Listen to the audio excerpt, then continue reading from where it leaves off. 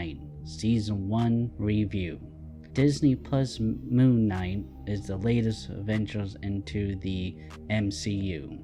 It sits comfortably between the Falcon and Winter Soldier's cool street level thrills, Loki's mind-bending shifts. The new series is created and written by Jeremy Slater with Muhammad Diab, hope I'm saying that right, directing. The show unfolds a pulp adventure mashup with overtones of The Mummy and Indiana Jones as a superhero tale aiming to face its unstable protagonist within the battlefields of Egyptian mythology. Moon Knight ventures across the dangerous tightrope between hero and mental illness, but triumphs in large parts thanks to Oscar Isaac's passionate and mind-blowing performance. However, the outcome of the Caped Crusader might be too disappointing for some. Before we get any farther into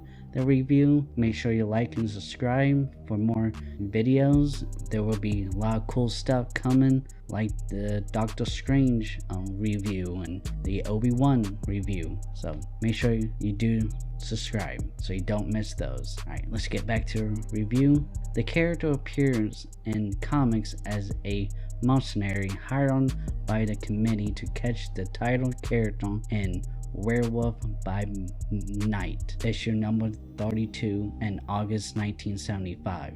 Written by Doug Moench with art by Don Pearl and Al Milgram. Moon Knight was given moon-related symbols and civil weapons by the creative team to establish him as a worthy opponent for the werewolf hero. In issue number 33, Moon Knight discovers the werewolf Jack Russell is a victim and not a monster, and decides to assist him. Moon Knight then appears in Werewolf by Night issue number 37 as a demonic apparition in March 1976. Moon Knight stars Oscar Isaac as Stephen Grant, a strange British man who works in a London museum gift shop. He ties himself to his bed every night because he suffers from a severe case of sleepwalking, or so he tells people who don't seem to like him. He's having trouble with blackouts and finds himself in areas where he has no idea how he got there, and with individuals he hasn't met before. Next, he meets Arthur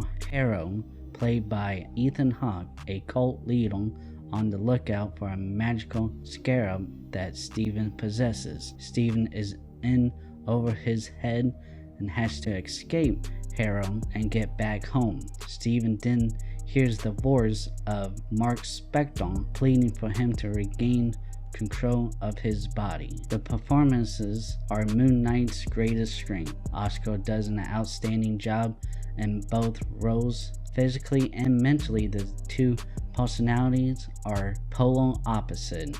Oscar switches between Stephen and Mark's facial expressions smoothly. You immediately recognize him as the character he is portraying. Stephen's puppy dog eyes are peering into the reflection of the fearsome Mark in an instant. It is as though two distinctive actors are portraying two different characters. The rest of the cast does just fine in the roles. Ethan Hawke does do good with the generic written villain he portrays. The performances are so solid that they more than compensates for the series' shallow and muddled plot. It's a large order to condense 50 years of absurd and complex comic book history into 6 episodes of television, and it's one that the show continuously fails to meet. Mark's explanation of his superhero duty, Khonshu's word of warning, and Arthur Harrow's biographical sermons are all loaded with a masterfully and not so masterfully disguised narrative dump. Moon Knight is a crash course in everything Mark Spector has ever done. You will be hard-pressed to identify Moon Knight's true power if you are unfamiliar with the character's extensive comic book background, and you'll be more than a little confused when Steven's ego, Mr. Knight, appears without fanfare. While one can appreciate the series' attempt to differentiate from the normal Marvel format and do things differently, it feels like it would have been beneficial to have a little more standard setup and explanation. Director Muhammad Diab shined brightest when embracing Moon Knight's inherent weirdness. A cupcake truck chase and a nerve-wracking mind-bending of the night's sky sequence are a couple of highlights, but his expertise in the superhero genre is poor at best. The promise of a more darker, grittier, and brutal brand of MCU action largely goes unfulfilled with its wacky CGI and strangely and unsurprising choreography. So yeah, I was for the most part pretty disappointed in Moon Knight. I grew up more with like particularly the 80s and 90s Moon Knight, and that's where they really made him pretty much a rip-off of Batman, where he became much more of a dark kind of character, just like all superheroes during that time. Like, it got confusing at times because you just didn't know what was happening, and it's like, go back and watch Memento, or however you said it, Christopher Nolan's movie, or Batman Begins, where they flip back and forth between, you know, the past and the present day and everything. And this one, they try to do that, but it fails at it. I know my sister, when she was watching it with me, and she was getting confused a lot, and I seen a lot of people, you know, on social media talking about that as well. But then again, like, also, it just, me and her almost shut it off. Like, not necessarily shut it off, but we kind of just like got bored with it, and because one, it dragged way too much to get to the final, you know, episode where the big epic fight gonna happen. And to me, I think the final fight at the end of episode 6 was just not that great. The director just proves that he wasn't best at doing an action sequence and stuff. Like I said, I was just very disappointed. I was really hoping for this, and Oscar Isaac though was terrific. Like, he was so great as Mark Spector and Stephen Grant and stuff, and there was a lot of potential he had in the fight scenes. Like, it seems like he really knew how to fight and stuff, but like, it was just the cinematography and stuff for the fight scenes were just god awful.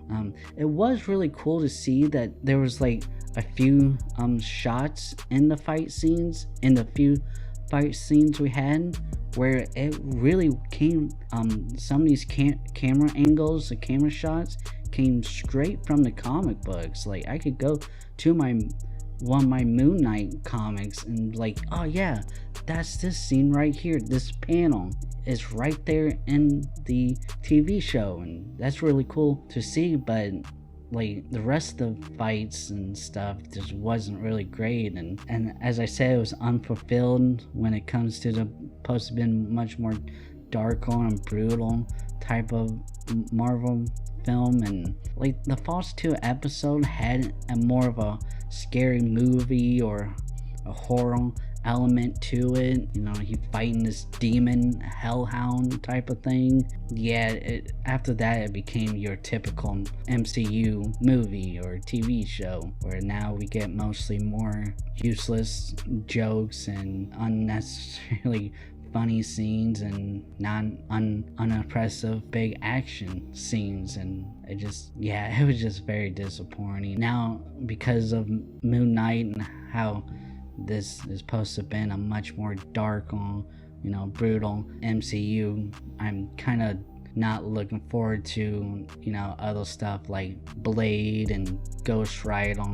I think I can't remember if they actually did officially announce it, but new episodes of like Daredevil and Punisher, you know, I don't know.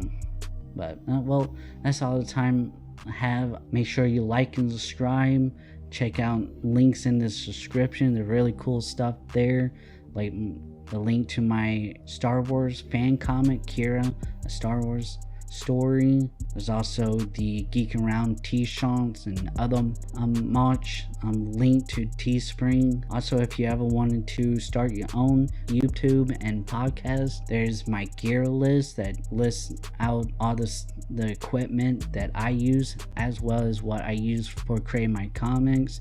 There's links to Amazon for all those different devices and programs. Yeah, like I said, like and subscribe. We will do the Doctor Strange review, and I see you next time. Bye.